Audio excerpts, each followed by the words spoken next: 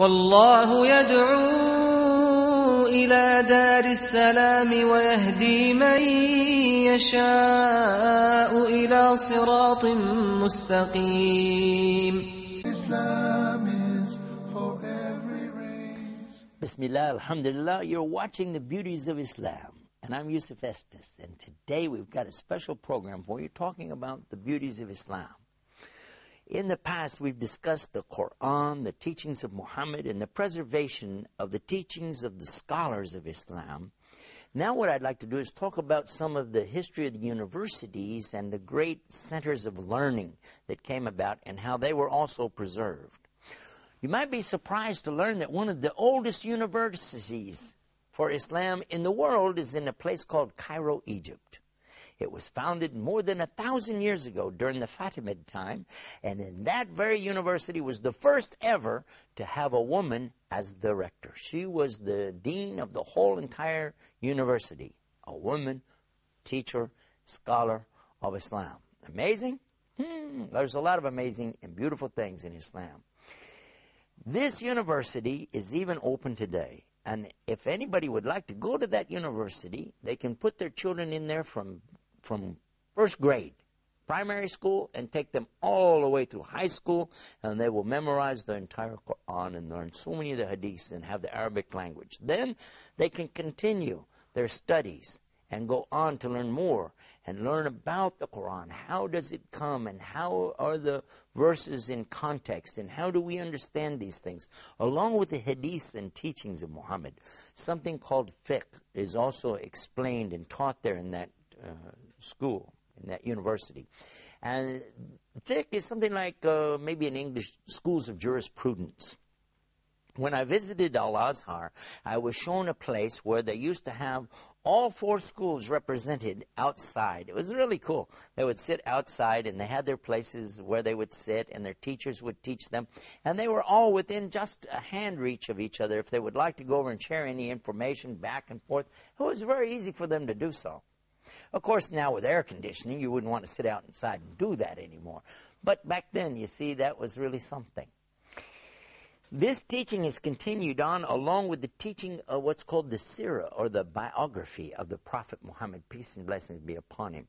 Talking about his life from the time he was born, the time that revelation came to him, his contact with non-Muslims and their relationships, his migration to Medina, then the development of the full Islam as it comes, the companions and their stories, and then up to his death. Peace and blessing be upon him.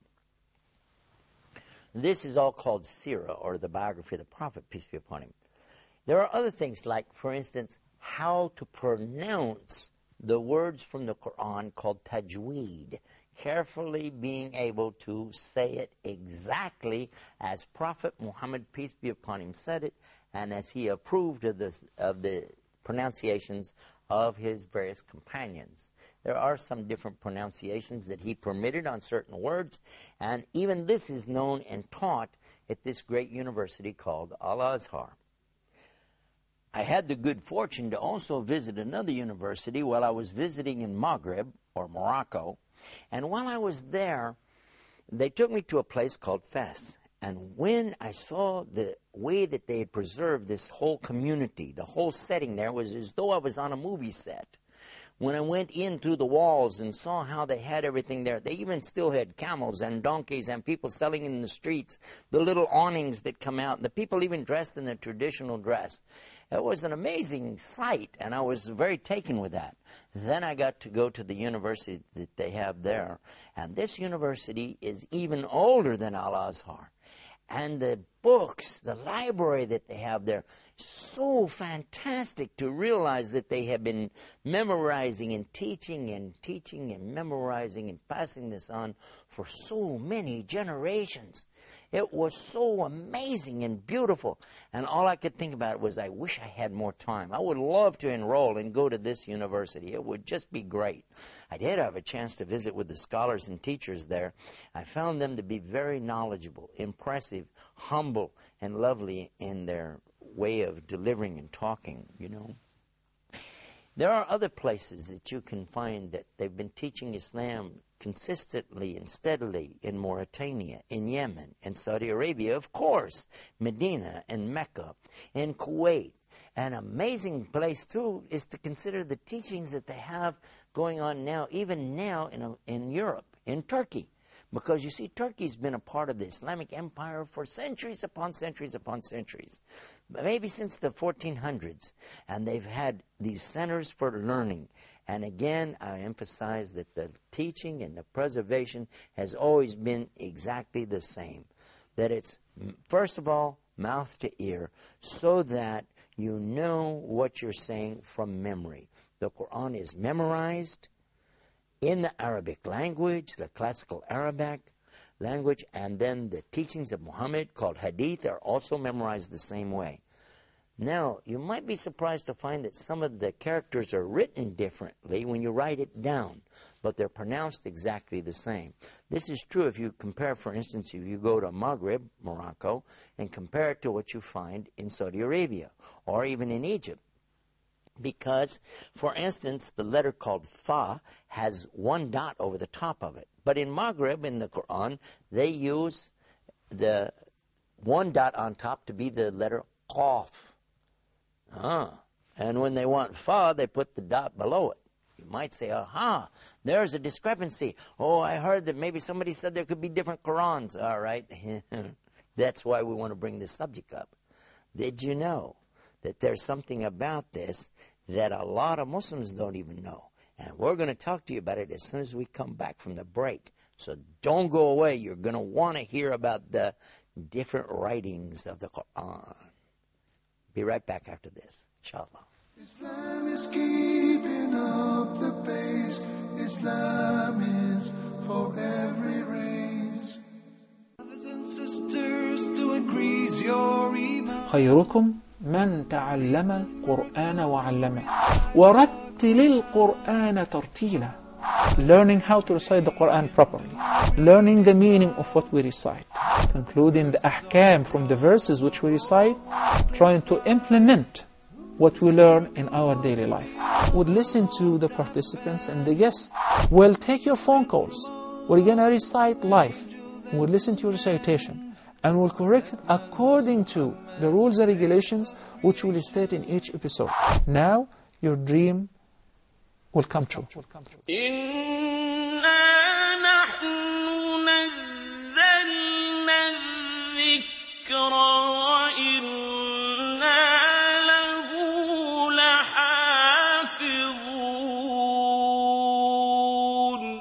Islam is keeping up the pace. Islam is for every race. We're back and you're watching the Beauties of Islam, and we've been talking about preservation of the information of Islam. We've been talking about the universities, the institutes, schools of learning. And then just before we went to break, I decided to give you a little taste of something to keep your curiosity piqued. And that was a subject about the different writings in the Quran. And how could it be that there are different Qurans? Well, in fact, you can go to the museums where the Quran is still preserved today. And what I'm talking about here, it's preserved two ways. When I was visiting in Istanbul, in the Topkapi Museum, which is really now set up as a museum, but it used to be a part of the Caliph's compound. It was a very beautiful setup that he had. And now they have such things on display as the swords that were used by the companions and different clothing and articles and headgear and so on. It's all preserved there. One of the things they have is the text of the Quran, written out by hand, of course. It's long before printing presses. And you look at it and you'll say, wait a minute, that's not Arabic. I know Arabic. It doesn't look like Arabic. What is this? Well, they have the same thing exactly if you go to the museum, which is located in Tashkent, Uzbekistan. This is the home of the great imams, such as Imam Bukhari, Imam Muslim, Imam Tirmidhi, and many more. Now, in that place, you will find the Quran written there on exhibition.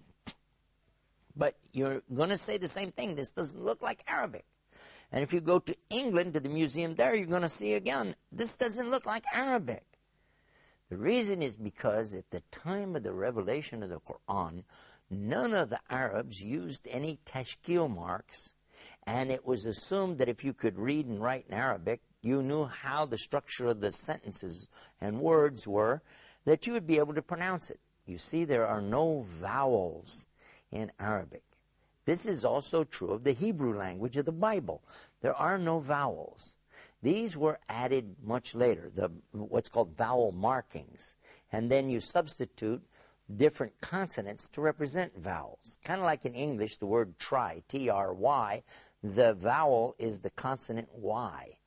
And so in the same way in Arabic, you would find the ya sound used to pronounce the sound of A, like the word bait has that ya used to represent the vowel.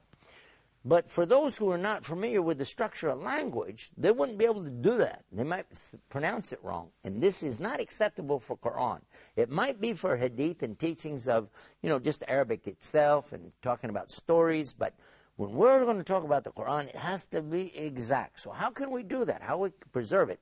Well, what they did, they used marks. They put these dots so that if you saw a round circle, you could quickly tell the difference without knowing the size of the circle, how it compares to another circle with a bigger tail on it, and so on. They would just put one dot above, which was the sound of fa, like in fan, or two dots for the sound of cough, like in QU that we use in English. Don't have it in Arabic in English. But each one of these, like a dot below the line would be a ba, like in bait. A dot above would be noon, the sound of N. And then two dots, ta. All of this was added. It was not in the Quran in the time of the companions because they didn't have it in the language yet. It wasn't there. It came in the next generation. So in the 7th century is about the time that the Muslims began to add what's called the tashkil, the harakat, to these letters. Now, it was after that the Jewish Maseratis began to add their tashkil to their text, and that's why it's called the Maserati text. Prior to that time, they also had none of these markings. Another thing that they did was to put something over and below the letters so you knew to pronounce it with the sound of A and E and U. Otherwise, again, I'll repeat to you, there are no vowels in the Arabic language.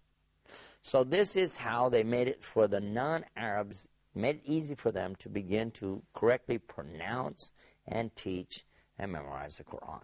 That's why you find these differences.